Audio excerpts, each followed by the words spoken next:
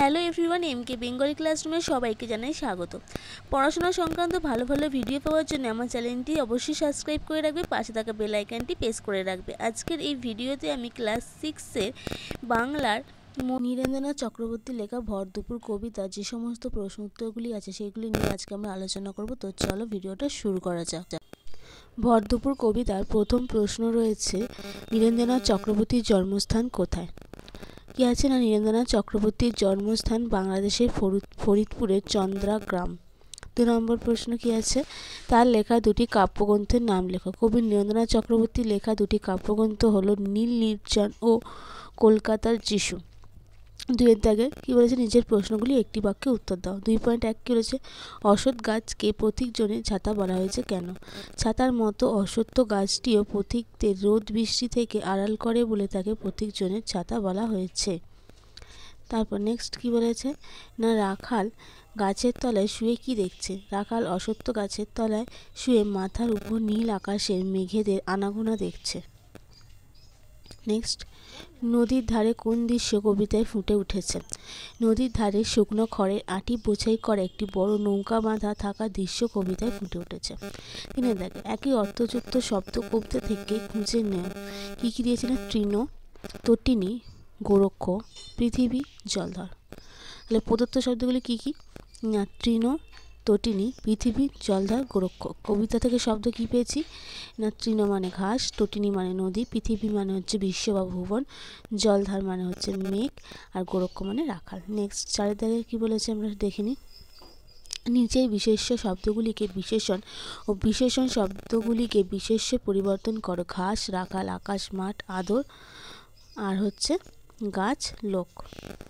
বিশেষণগুলি কি কি না, ঘাস, রাখাল, আকাশ, মাঠ, আদর, গাছ, লোক।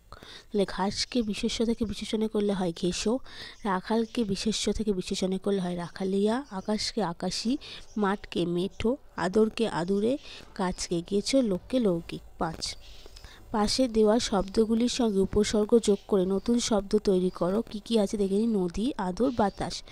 উপসর্গটা কি? উপ, আর শব্দটা হচ্ছে নদী, মিলিয়ে নতুন শব্দ হচ্ছে উপনদী। তারপর হচ্ছে আনাটা হচ্ছে তোমার হচ্ছে উপসর্গ, দোরটা হচ্ছে শব্দ, দুটো মিলিয়ে হচ্ছে অনাদর। সুটা হচ্ছে উপসর্গ, বাতাসটা হচ্ছে শব্দ, দুটো মিলিয়ে নতুন শব্দ হচ্ছে সুবাতাস। 6, নিচের বাক্য বা বাক্যাংশ থেকে উদ্দেশ্য বিধেয় চিহ্নিত করে উদ্দেশ্য বিধেয় ও অংশ সম্প্রসারণ করো। ওই যে অশ্বত্থ গাছটি, তার উপর প্রতীকজনের ছাতা, এটার উদ্দেশ্য হলো ওই যে অশ্বত্থ গাছটি, ও তো বিধেয় হচ্ছে প্রতীকজনের ছাতা। উদ্দেশ্য সম্প্রসারণটা কি? নদীর ধারে ওই যে বহু দিনের পুরনো অশ্বত্থ গাছটিও তো। নেক্সট 6.2 কি বলেছে না, কেউ কোথাও নেই, বাতাস ওড়ায় মিহি সাদা ধুলো। ও, কেউটা হচ্ছে উদ্দেশ্য, বিধেয় হচ্ছে কোথাও নেই, উদ্দেশ্য সম্প্রসারণ হচ্ছে দুপুরে, গ্রীষ্মের দুপুরে আমাদের রাস্তাটা চিনিয়ে দেওয়ার মতো কেউ নেই। নেইটা এখানে বসে না, তোমরা নেইটা একটু বসিয়ে নিও। নেক্সট প্রশ্ন কি রয়েছে না, বাতাস ওড়ায় মিহি সাদা ধুলো। উদ্দেশ্য, বাতাস হচ্ছে উদ্দেশ্য, ওড়ায় মিহি সাদা ধুলোটা হচ্ছে বিধেয়, উদ্দেশ্য সম্প্রসারণ হচ্ছে ঝোড়ো বাতাস। নেক্সট 6.3, আঁচল পেতে বিশ্বভুবন ঘুমাচ্ছে ওইখানে, উদ্দেশ্য হচ্ছে বিশ্ব, আর আঁচল পেতে ওইখানে ঘুমাচ্ছে ওটা হচ্ছে বিধেয়, উদ্দেশ্য সম্প্রসারণ হচ্ছে ভর দুপুরে বিশ্বভুবন। বিশ্বভুবন শব্দে বিশ্ব আর ভুবন শব্দ দুটির একাধিক উপস্থিতি রয়েছে যাদের অর্থ একই, এরকম 5টি নতুন শব্দ। বলা, কওয়া, বলা আর কওয়া। দিন দরিদ্র, দিন আর দরিদ্র। লোকজন, লোক আর জন। হাঁটা চলা, হাঁটা আর চলা। কাজকর্ম, কাজ আর কর্ম। নেক্সট 10, ওই যে অশ্বত্থ গাছটি অংশে ওই একটি দূরত্ববাচক নির্দেশক সর্বনাম, এমন আরও কয়েকটি সর্বনামের উদাহরণ দাও। ও, উহা, উনি, ওরা ইত্যাদি। উত্তরে আমরা কি লিখব? উল্লেখিত সর্বনামগুলি ছাড়া আরও কয়েকটি সর্বনাম হলো ওটা, ওগুলো, ওখানে, ওকে, ওদের ইত্যাদি। নেক্সট 11, প্রতীকজনের হাতা হয়ে গেছে, এটা ছাতা হবে। সম্বন্ধপদটি চিহ্নিত করো। কবিতায় থাকা সম্বন্ধপদ খুঁজে লেখো আর নতুন সম্বন্ধপদযুক্ত শব্দ তৈরি করো। যেমন গোঠের রাখাল, দুপুরের ঘুম। পথিকজনের ছাতা এখানে সম্বন্ধপদটি হলো পথিকজনে। কবিতা রয়েছে এমন দুটি সম্বন্ধপদ ঘাসের, গাছের, এছাড়াও কয়েকটি নতুন সম্বন্ধপদ যুক্ত শব্দ হলো আকাশের, কাজের ইত্যাদি। এই বড় নৌকাটি বলতে বোঝায় একটি নৌকাকে। নৌকার সঙ্গে এখানে টি নির্দেশ বসিয়ে একবচন বোঝানো হয়েছে। এরকম একটি মাত্র একবচন রূপ বোঝাতে কোন কোন নির্দেশক ব্যবহৃত হতে পারে তা উদাহরণ দিয়ে লেখো। একবচন বোঝাতে টি ছাড়াও টা, খানা, খানি ইত্যাদি নির্দেশক ব্যবহার হতে পারে। নিচে কয়েকটি উদাহরণ সহ সাহায্যে তা দেখানো হলো। টা ছেলেটা, মেয়েটা, বাড়িটা, জামাটা ইত্যাদি। আর খানা একখানা, চৌখানা, গাড়িখানা ইত্যাদি। আরেকটা হচ্ছে খানি একখানি, আসনখানি, মুখখানি ইত্যাদি। 13 কবিতা থেকে বহুবচন প্রায় রয়েছে এমন শব্দ খুঁজে নিয়ে লেখো। প্রসঙ্গত শব্দগুলিকে আর কী ভাবে আমরা বহুবচন রূপ দিতে পারি তা উদাহরণের সাহায্যে বুঝিয়ে দাও।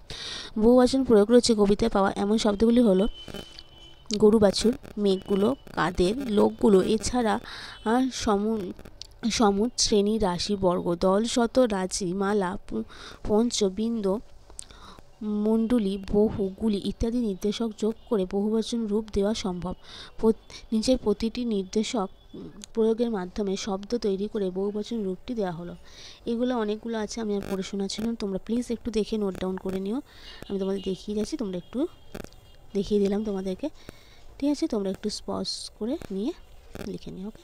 4.1 প্রশ্নটা রয়েছে, আঁচল পেতে বিশ্বভুবন ঘুমাচ্ছে ওইখানে, কবি এমন ভাবনার কারণ কি? উত্তরে আমরা লিখব, নীরেন্দ্রনাথ চক্রবর্তী রচিত ভরদুপুর কবিতায় কবি গ্রাম বাংলার নির্জন দুপুরে এক অপরূপ চিত্র অঙ্কন করেছেন, যেখানে প্রতীক জনের ছাতার মতো অশ্বত্থ গাছ দাঁড়িয়ে আছে তলায় ঘাসের গালিচা পেতে। গাছের তলায় গাছের তলায় শুয়ে রাখাল দেখছিল মেঘগুলি আকাশটাকে ছুঁয়ে চলে যাচ্ছে। ভর দুপুরে কেউ কোথাও নেই, বাতাসে উঠছে মিহি সাদা ধুলো। ভর দুপুরের মানুষগুলো যে যার ঘরে ঘুমাচ্ছে। কবি নিজেও এখন ডুব দিয়েছে সেই নির্জনতার সাগরে।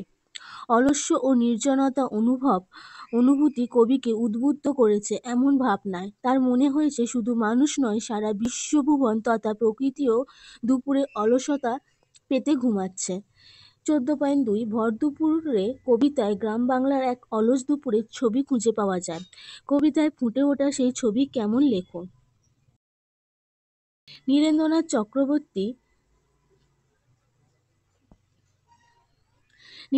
চক্রবর্তী রচিত ভরদুপুর কবিতায় কবি গ্রাম বাংলার নির্জন অলস দুপুরের এক অপরূপ চিত্র অঙ্কন করেছেন। সেখানে প্রতীকজনের ছাতার মতো অশ্বত্থ গাছ দাঁড়িয়ে আছে তলায় গালিচা পেতে। গাছের তলায় শুয়ে রাখাল দেখছে মেঘগুলি আকাশটাকে ছুঁয়ে যাচ্ছে। জনহীন নদীর ধারে এই খোলের মধ্যে খড়ের আঁটি বোঝাই করে দাঁড়িয়ে আছে একটি বড় নৌকা। ভর দুপুরে কেউ কোথাও নেই, বাতাস ওড়াচ্ছে মিহি সাদা ধুলো। মানুষগুলো যে যার ঘরে ঘুমাচ্ছে। কবি নিজেও কখন ডুব দিয়েছে সেই নির্জনতার সাগরে। কবি অনুভব করেছেন শুধু মানুষ নয়, আঁচল পেতে এই বিশ্বভুবনও ঘুমাচ্ছে এই অলস দুপুরে। নেক্সট প্রশ্ন তোমাদের যেটা আছে সেটা হচ্ছে, কোনো এক ছুটির দিনে দুপুরবেলা তোমার বাড়ির চারপাশ জুড়ে কেমন পরিবেশ সৃষ্টি হয় তা জানিয়ে বন্ধুকে চিঠি, এটা তোমরা নিজেরা লিখবে। এবং 12.4 একটা ছবি আঁকতে দিয়েছি, সেটা আমি করাচ্ছি না, সেটা চাইলে তোমরা ঘরে করতে পারো। তো এখানে এই ভিডিওটা, তো দেখা হচ্ছে নেক্সট ভিডিওতে। ভালো লাগলে অবশ্যই চ্যানেলটি সাবস্ক্রাইব করে পাশে থাকা বেল আইকনটি প্রেস করে দিও। আর যদি লেখা ভালো লাগে অবশ্যই কমেন্ট করে জানিও তোমাদের লেখা কেমন লেগেছে। তো আজকে এই পর্যন্তই, দেখা হচ্ছে নেক্সট আর অন্য একটি ভিডিওতে। তো চলো, টাটা।